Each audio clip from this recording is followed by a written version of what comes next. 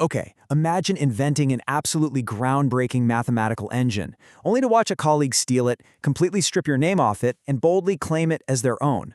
Today, let's dive straight into this explainer by exploring one of the most audacious cases of academic intellectual theft we've ever seen. We're going to treat the digital record exactly like a crime scene. What we are looking at here is a deep dive mathematical forensic audit that exposes the structural theft and reverse engineering of an overarching system law known as the SRA framework. And this isn't just about a missed citation, no way. It's about a massive digital paper trail revealing structural plagiarism, constantly shifting narratives, and the totally immutable nature of open science metadata. So let's get into the evidence and see how a mathematical usurper operates. What's really wild to see right off the bat is the staggering juxtaposition in the digital record. Over on the public side, Dr. Ebrahim Elsayed is crowning himself the sole revolutionary founder of a mathematical framework called ZPIF. He's on professional networks basically claiming he magically opened a door no one else had ever found. But behind the scenes, in private chat logs from that exact same time frame, he is literally frantically pleading with the original architect, Savio Vogt, for friendship, co-authorship, and collaboration. It is just a stunning behavioral contradiction, right?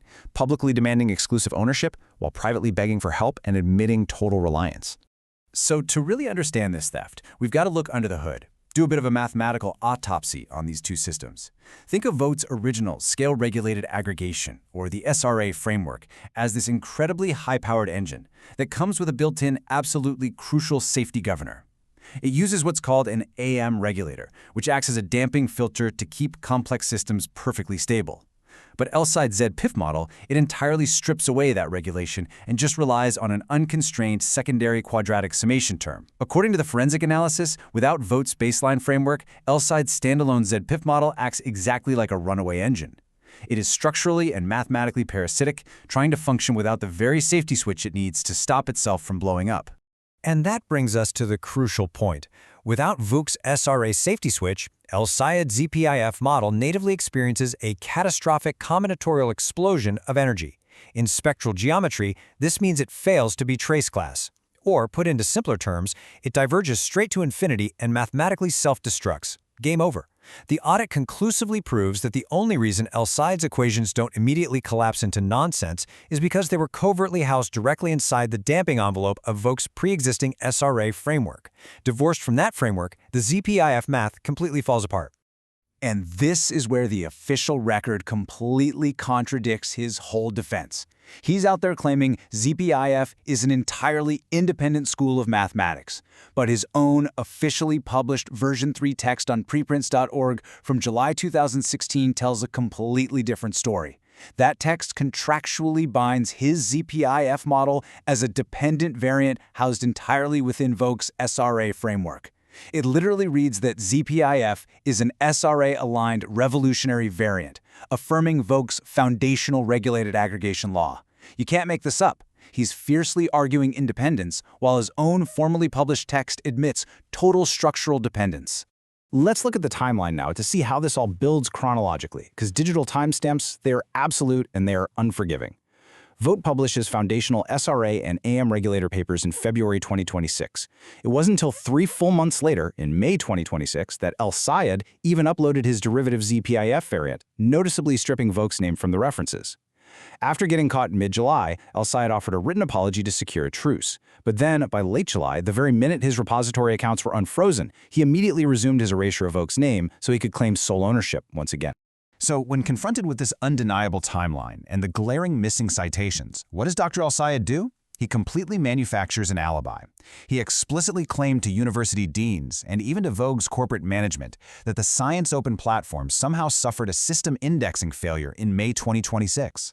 According to his rather creative defense, this supposed glitch rendered Vogt's foundational papers totally anonymous, which is why he conveniently couldn't credit him as the original author. Here's the thing, though. A technical audit reveals that this alibi is an absolute technical absurdity. ScienceOpen enforces incredibly strict cross-ref metadata validation. Think of it as the unhackable digital fingerprint of academic publishing. Verified ORCID registry parameters are mandatory just to deploy an active DOI. It is a known, absolute technical impossibility for a preprint to be successfully indexed and published on that system with the author field left completely blank. The server-side metadata logs provide an immutable hard lock that completely destroys this whole anonymity fallacy. Just to put the final nail in the coffin of that specific defense, we literally just need to look at the document itself. Right there, on the original February 17, 2026 preprint on ScienceOpen, Savio Antonio Vogt's name, his university affiliations, and his verified ORCD ID are permanently baked right into the metadata header. You simply cannot outrun a server log. Inventing an imaginary platform error to justify intellectual theft is just a massive glaring red flag in this entire forensic audit. Okay, so facing formal plagiarism complaints across multiple platforms in mid-July, Dr. Elsayed decides to completely change tactics. He sends this exact email on July 12th offering a formal apology for what he brushes off as an unintentional oversight. He acknowledges Vogt's priority from February 2016 and practically begs him to withdraw the complaints. In essence, what he did was weaponize professional forgiveness. He used this private concession as a tactical shield for one reason only, to get his repository accounts unfrozen. And for a brief moment, it actually seemed like the matter was resolved.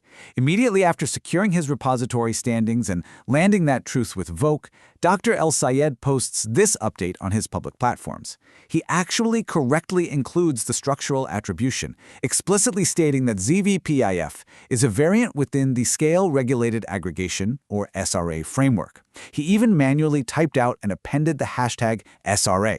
But the trap was sprung. Literally just 1 week later, once his accounts were safely unlocked, Dr. Elsayed deleted the correct attribution and posted this newly revised narrative across LinkedIn, ResearchGate, and Facebook. He immediately resumed his public structural erasure, entirely scrubbing any mention of the SRA framework or Vogt's name. Instead, he crowns himself the exclusive independent founder of ZPIF, completely ignoring the written agreement and jumping right back to the false narrative that he alone birthed this architecture from scratch.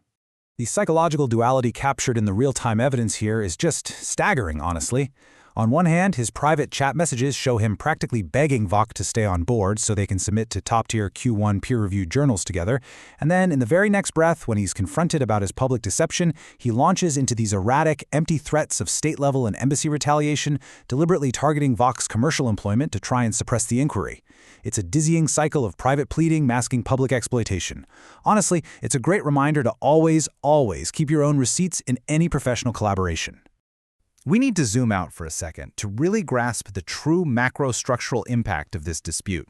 Vogt's original scale-regulated aggregation architecture isn't just one isolated paper that you can easily sweep under the rug.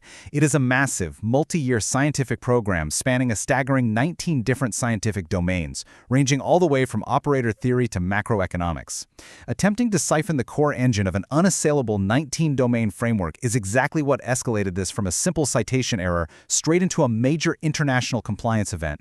Because of this incredible bad faith public misrepresentation and the subsequent corporate harassment, the academic world is actually pushing back hard.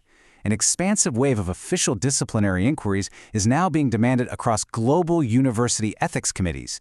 Institutions all the way from Elsayed University to the University of Leicester are being pulled into this vortex to review the undeniable digital metadata and enforce strict academic integrity standards. And the ultimate consequence of this entire digital audit is cemented by this exact number right here: 278179457401. That is the official IEEE Ethics Point Master Docket Key. And that signals a global, formal ethics reckoning that totally transcends localized academic squabbles. You simply cannot evade an official IEEE master docket by manually scrubbing your social media posts or tweaking your online profile. The digital record is permanently locked. Which leaves us with a pretty fascinating question to wrap up this explainer. When the server-side metadata is immutable and the timestamps prove undeniable priority, how long can a usurper like Dr. Elsayed actually survive, when the siphoned mathematical engine itself is mathematically parasitic and built to natively self-destruct without its stolen parts? The collapse of stolen intellectual property isn't just an ethical certainty here, it is a mathematical inevitability. Thank you so much for exploring the digital forensics of the SRA framework with me today. Keep questioning the data, keep analyzing the facts, and I'll see you in the next one.